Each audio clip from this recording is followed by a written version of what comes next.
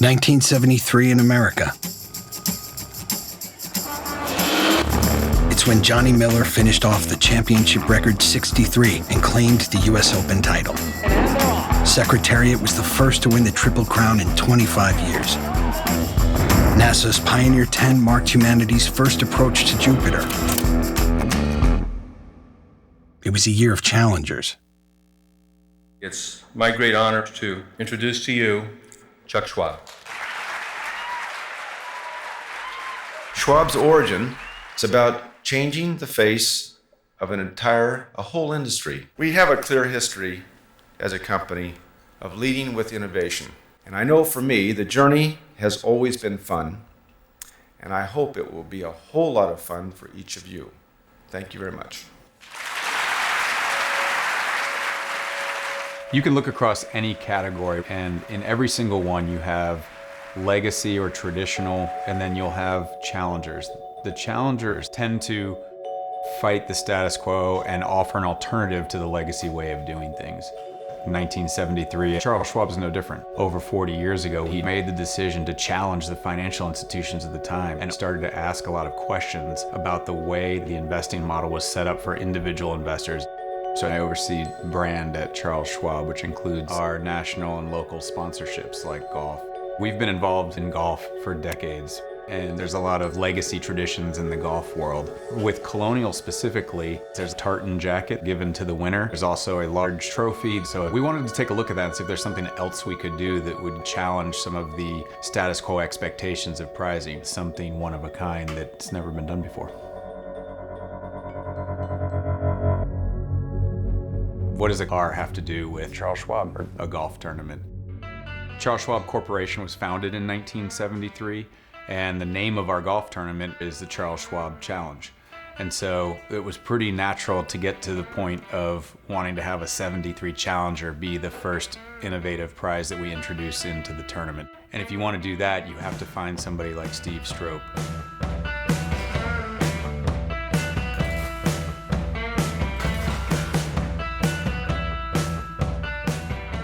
I've been open for business for about 17 years. Building the car is not the challenge. We can do that in our sleep. The real challenge is to go into a different place that isn't necessarily instantly acceptable, like the professional golf world, where there really isn't a whole lot of highly modified muscle cars laying around. It's aerodynamically clean, it's good looking. This Mopar pony is available in two forms, the Challenger and the Rally Challenger. If pony cars turn you on and you like a spirited performer, this Rally just might punch your butt. So the American muscle car, technically, it can be argued that it started in 1964. The Dodge Challenger was Chrysler's throwing their hat into the ring of the American pony car. In the early 70s, drag racing was in full swing. People building these cars at home, these hot rods. And they're like, hey, why don't we take that car, stick that big motor in it, and sell it as a performance car? The rest, as they say, is history. It caught on like wildfire. Big motors, and 4-speeds, and drag packs. They were sold ready to go racing. 73, unfortunately, started getting a lot of safety regulations and weaker horsepower. There was the oil embargo, the gas crisis. There was a couple of things going anti-muscle car, but we are going to fix that.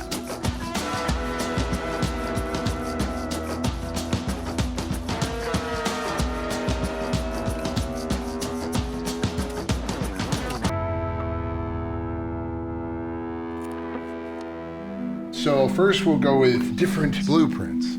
Here's the car. Wow.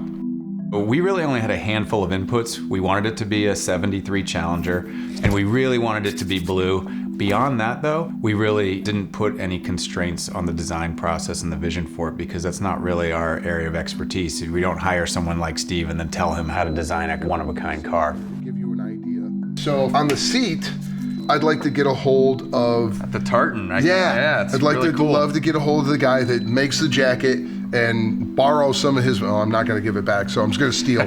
The designs are absolutely incredible. The person that wins this is going to be just an amazingly lucky guy. We're making sure it's going to look good just sitting there. It looks fast sitting there still. But I didn't want to carve up what was there. The Challenger was a very, very attractive car.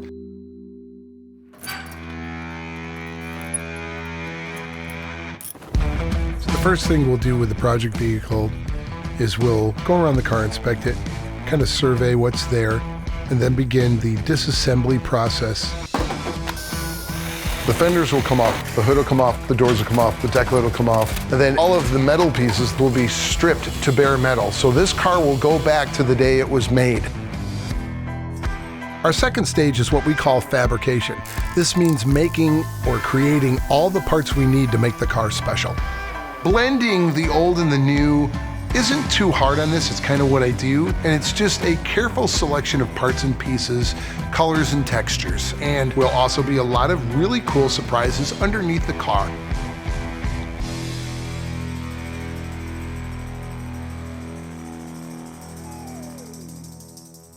This is a seat I haven't used before. I kind of found it by accident because it's not from the muscle car wheelhouses. It was actually used for Jeeps.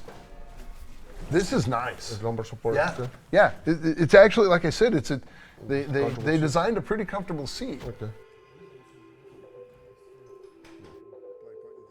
We are doing some really neat things with the interior. We're bringing in the material for the winter's jacket onto the seats and then the headliner on the inside of the car. Mix guys will be doing all the paint and body work. Extremely important is the bodywork and paint, because a perfect paint job comes from perfect bodywork. We basically surface and shape the whole car, and that way we can guarantee the lines are crisp, the edges are straight, the reflections are good, the highlights are right when you look down the side of the car. And then we go to primer and basically do the same process all over again. But it's a lengthy process. Typically, that's a 3 to 4 month job for us. Steve, of course, wanted it done a little bit quicker than that.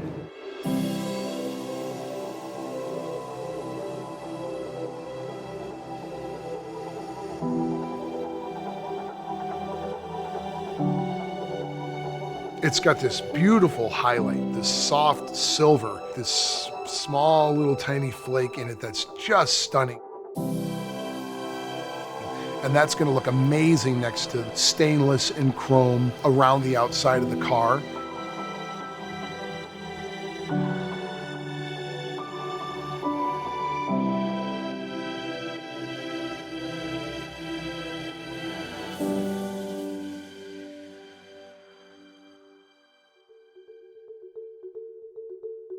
Hearing a 1973 Challenger in its stone stock form isn't very exciting. 70 and 71 were the Dodge Challenger's main years. They came with many high-performance options. By 72 and 73, that started getting weeded out. So you saw more things, unfortunately, that were creeping in, like lower horsepower engines. And there wasn't as many performance options available as the more hair on the chest 70 or 71 versions.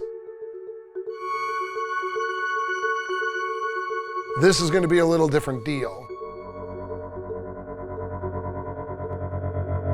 The engine that's going in the car is a high-performance crate motor that could be found in a modern muscle car. It's a 6.4 liter Hemi, makes about 485 horsepower. It's a fantastic engine. Going up. And the wheels go in the right direction.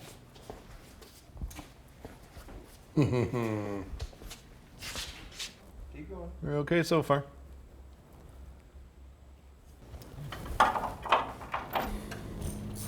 Perfect. Yeah. Nice.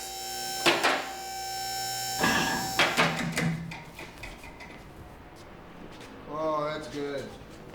There it is. A heart transplant. A 2018 thing stuffed in a 1973 thing. Well, that'll do. Looks good. So at this point, now we got to run wild and start putting all the other parts on the car. So if you'll excuse me, we're going to start assembling. The front can go on, the rear can go in, whatever, all of it. Get it on. It's a very focused effort. Everybody with eyes and hands and everyone paying attention. I mean this as a compliment to my group, not me. Professionals make it look easy. It ain't that easy.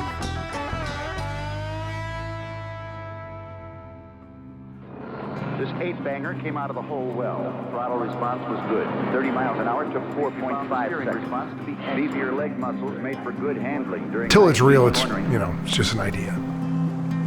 How I judge my personal happiness or pride with a project when it's completed is how it makes me feel when I look at it after about the 20th time.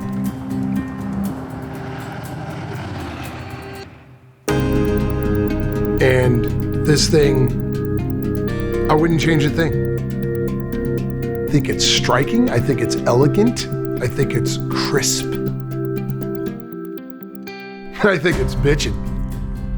Not only does the car look great, I think it looks great for what it's supposed to be, where it's going, and what it's supposed to do.